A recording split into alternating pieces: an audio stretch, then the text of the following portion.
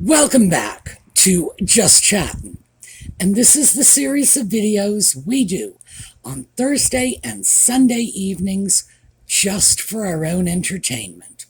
So, Audie is around here somewhere. It's no longer really hot out. I mean, it's hot.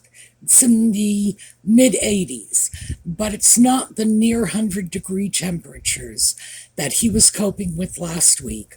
So he's no longer angry with me, and he's all sleeping somewhere, probably somewhere he can get a nice cool breeze on his belly. He may well turn up. We'll have to wait and see. Meantime, we have a video to make. So when we come back, we are going to get started.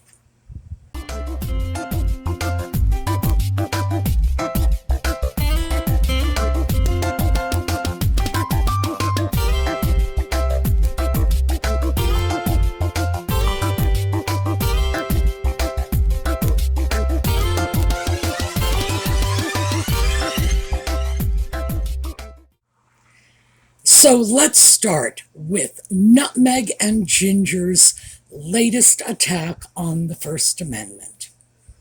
Now, as we all know, these two people really dislike free speech. The sock puppet has come right out and called the First Amendment bonkers. Again, I will say, let's remember that guarantees our right to worship as we please, free religion. It guarantees freedom of speech, freedom of the press, but also our right to free assembly. And that is everything from a political rally right down to a quilting circle. And it guarantees our right to seek redress for our grievances against our government. Pretty important amendment.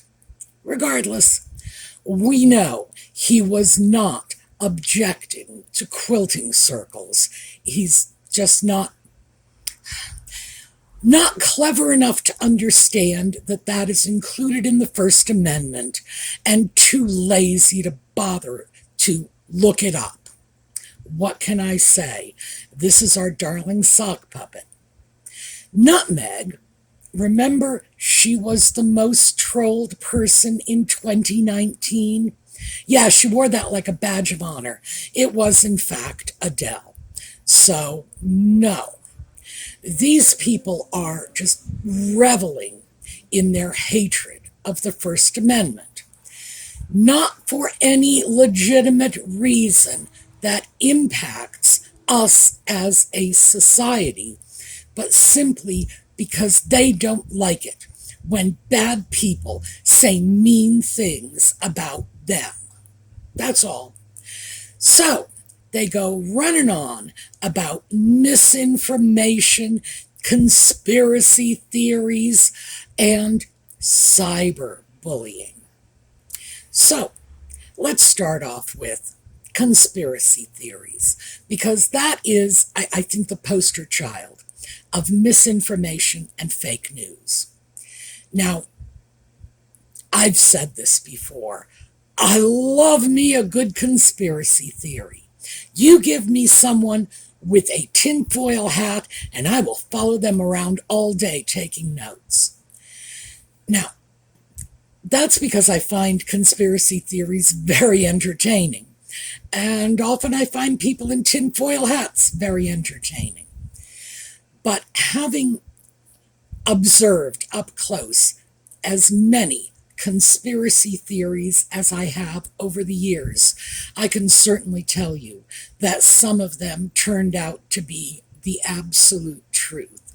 Yeah, the government was poisoning marijuana crops. They were coating the stuff with chemicals that then produced serious illness in people who later harvested and smoked the crops. We all know that one. They did the same thing in Prohibition with bootleg alcohol. Well, all alcohol was bootleg then, basically. They did the same thing. They basically poisoned alcohol when they could get their hands on it by mixing in tainted products. Yeah, all right.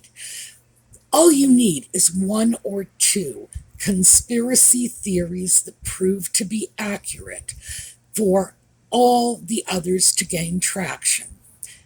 Because let's face it, if every single conspiracy theory could be proven to be false, why would people bother? No, some of them are true. Unfortunately, we usually don't know which is which until well after the fact, when we catch government or big business or somebody else up to their elbows in the sludge. Even conspiracy theorists who are talking about, aliens landing in New York City or whatever, conspiracy theory of your choice, serve a purpose. They keep the powers that be honest. They keep them in check. So I like conspiracy theories. I think it is the logical outcome of a free society. Yep, you let all voices be heard, and some of them are going to be on the flaky fringes. But still, it's important that we protect that speech. The speech you like doesn't need protection. It's the speech you don't like that does. So, I look at things like this and say, yeah, there's a place for it in society. That place is probably not on the front pages of the Wall Street Journal. But these are legitimate voices of dissent, and they have the right to be heard. Free speech cuts both ways. If I can say my piece, if I can come on YouTube and share my viewpoint with you, that means somebody who has a completely different viewpoint, diametrically opposed to mine, ought to be able to go on YouTube or TikTok or wherever they're putting out their notions and say what they want to say. And I fully support that right. Nutmeg and the sock puppet don't feel that way, though. They feel anything that harms them, their interests, their public reputation is fake news. I know, it's ridiculous considering how many bits of fake news, which we all term lies, those two have put out on their own. But isn't that always the way? And really, it is the people who lie with the most frequency and alacrity, and it just drips off their tongues. They are the first to call everyone else liars and dishonest. It's always been that way. It's always going to be that way. So they want to be able to define what is or is not free speech or fake news. If they say it, even if it has been categorically proven to be a lie, it's free speech. If we say it and it doesn't flatter them, then it's fake news, and we ought to be shut down. And frankly, they don't worry about shutting people down. They've done it. Witness what is going on right now with Trevor Colt, whose channel has been demonetized until sometime in 2024. Keep in mind, it might not get monetized in 2024. It's just that YouTube won't even look at the issue until 2024. I'd say that's an awfully good way of silencing voices. But this is who they are. And now, of course, they're giving awards to young people who are coming up with new ideas for censoring our society.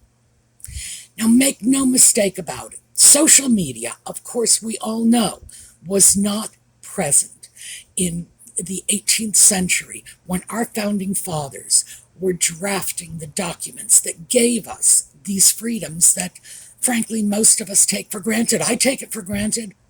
I do not get up every morning and say to myself, thank God I live in a world where I can speak my mind freely. I just take it for granted that I can.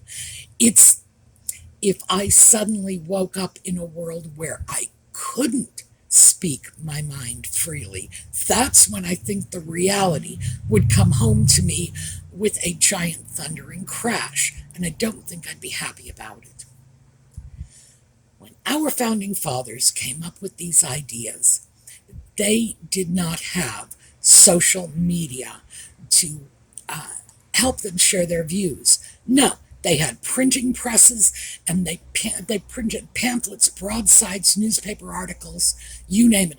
Oh, we have newspapers on every corner back in the mid 18th century. Everyone, major cities would have 5, 6, 7 newspapers, and pamphlets were, well, that was the mainstay of Benjamin Franklin's business when he was a printer, and he was very successful, had a very lucrative business, and a very good life from it.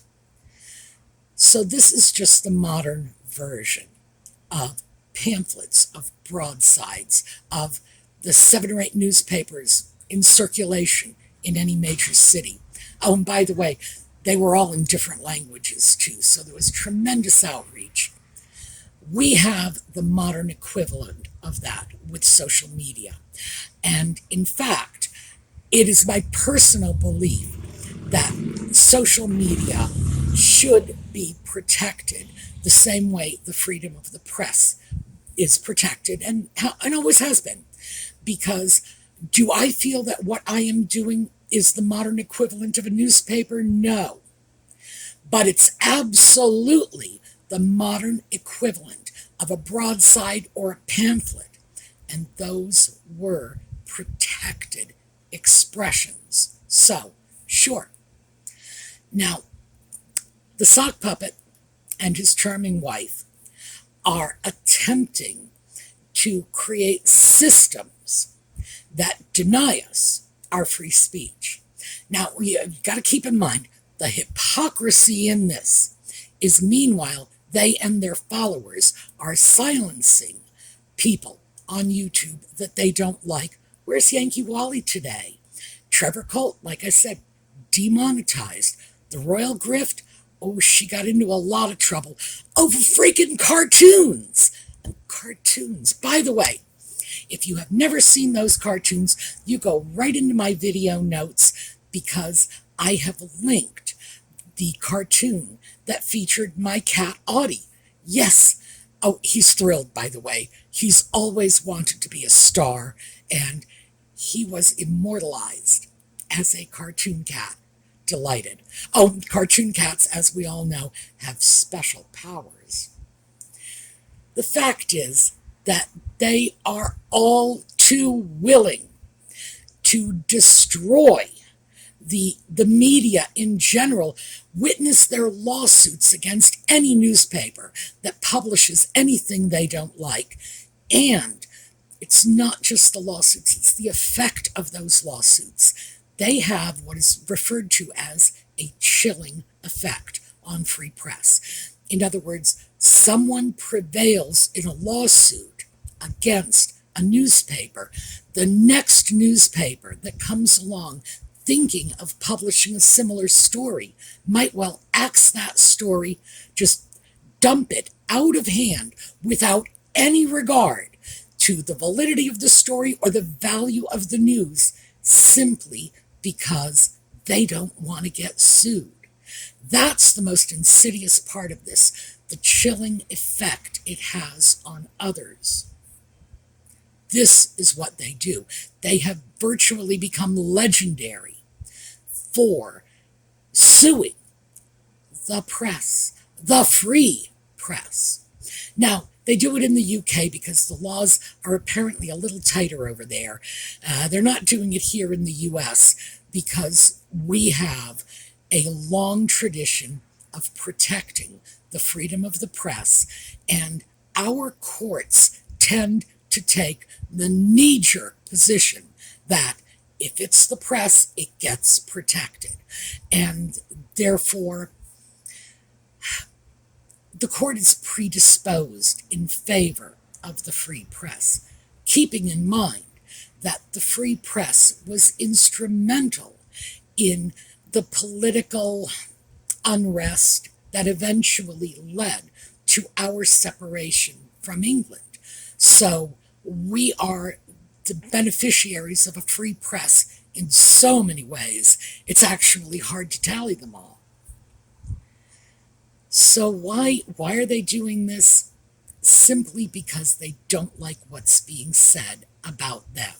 How do we know this? Because they are perfectly willing to slam down on anybody who disagrees with them.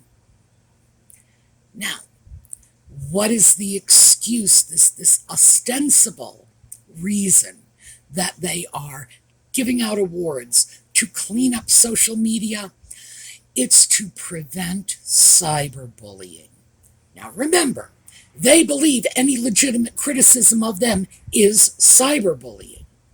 Interestingly enough, they do not believe that the actual cyberbullying actions that they and their minions take against people, especially on YouTube, who have spoken out against them, oh, that's not cyberbullying.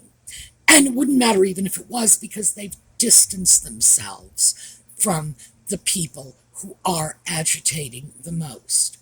And not in all cases, of course, because remember when Piers Morgan said that if Nutmeg read him the weather report, he wouldn't believe her?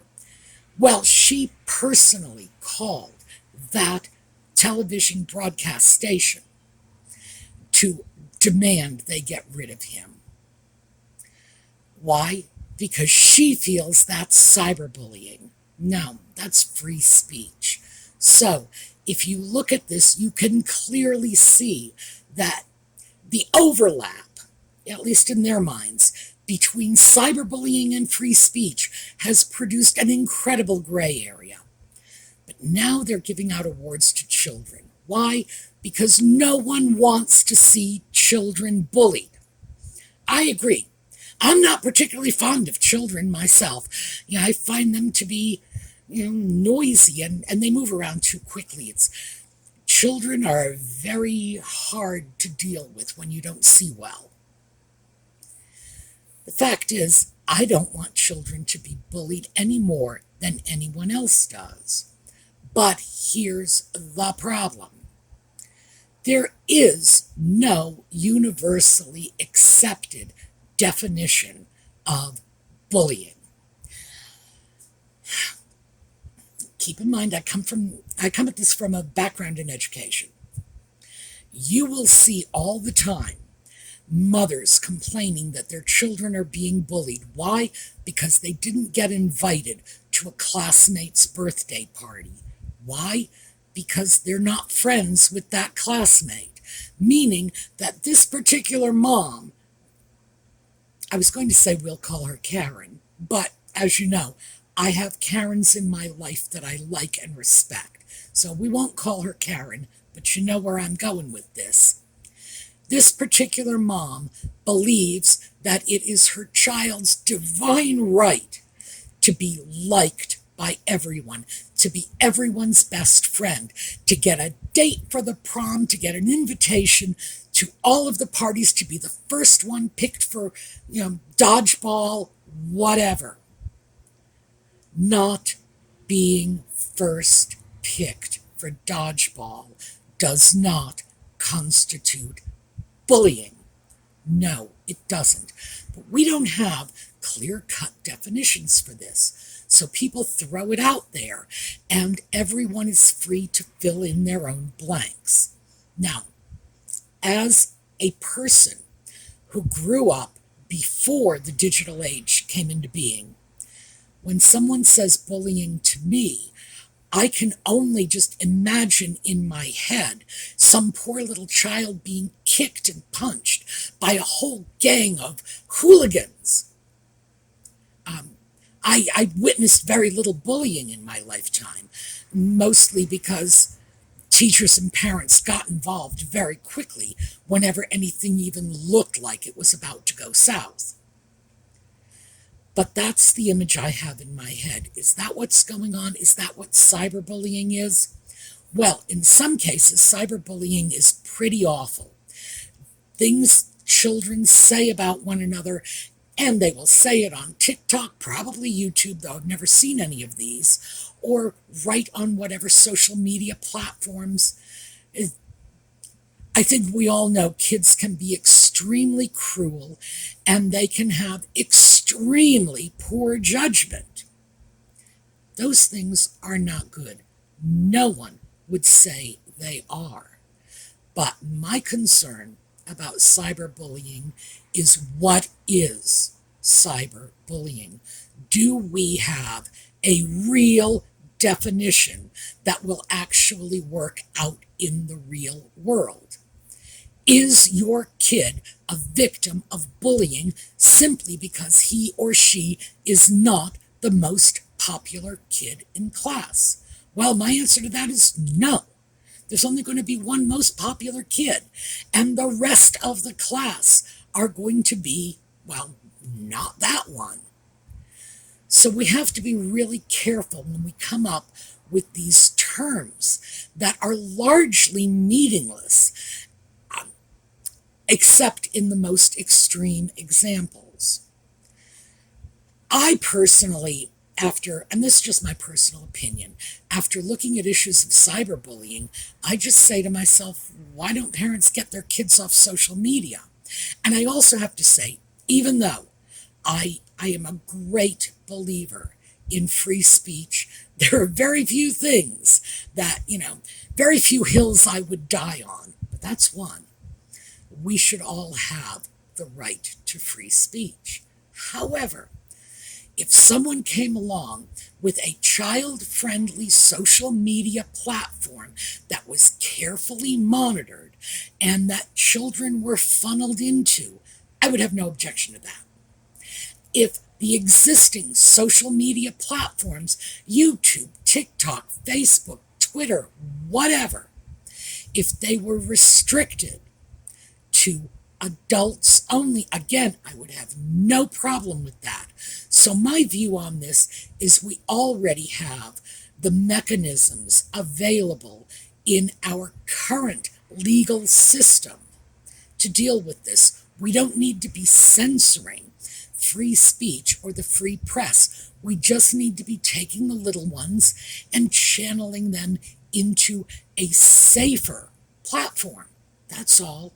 And I don't understand why that's not happening. Oh, and by the way, I know I've just put forth a very simplistic view of this, but the simple truth is, when you look at the complexities of platforms like YouTube or Twitter, it's very clear that the people who design them have the ability to design a child-friendly social media platform and reasonably enforce their rules, which is not to say their rules won't get broken. Of course they will. Anybody dealing with children know that children break rules. That's what happens. But the point is, if you want to keep your children safe, keep them off social media.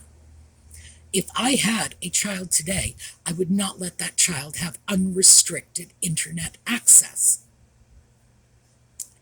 I once looked up gold sex-linked chicks.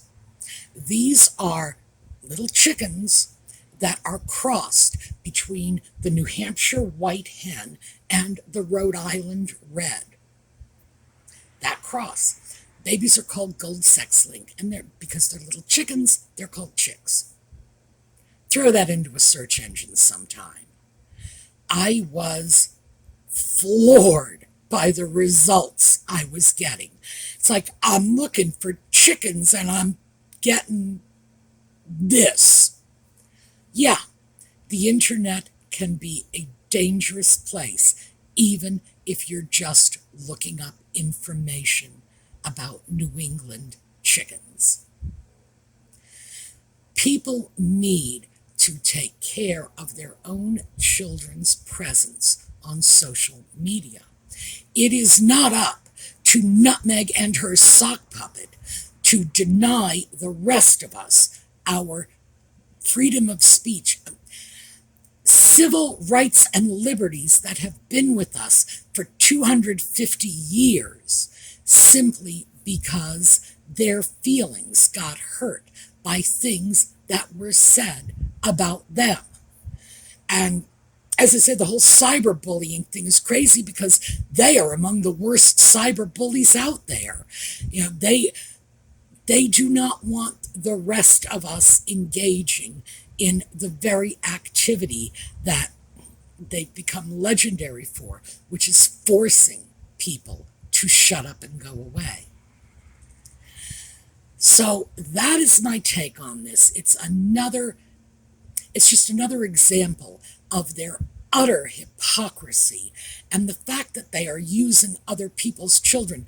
Apparently the nitwit sock puppet said, "My own children are grateful." His children are in baby strollers. His children do not know what the word grateful means. And since they're his children, well, putative children anyway, who knows? They'll probably be 40 years old before they know what the word grateful means, because obviously he doesn't. Nutmeg apparently chimed in and said, well, they will be. At least she understands that his children do not give a rat's hind end about social media. They don't.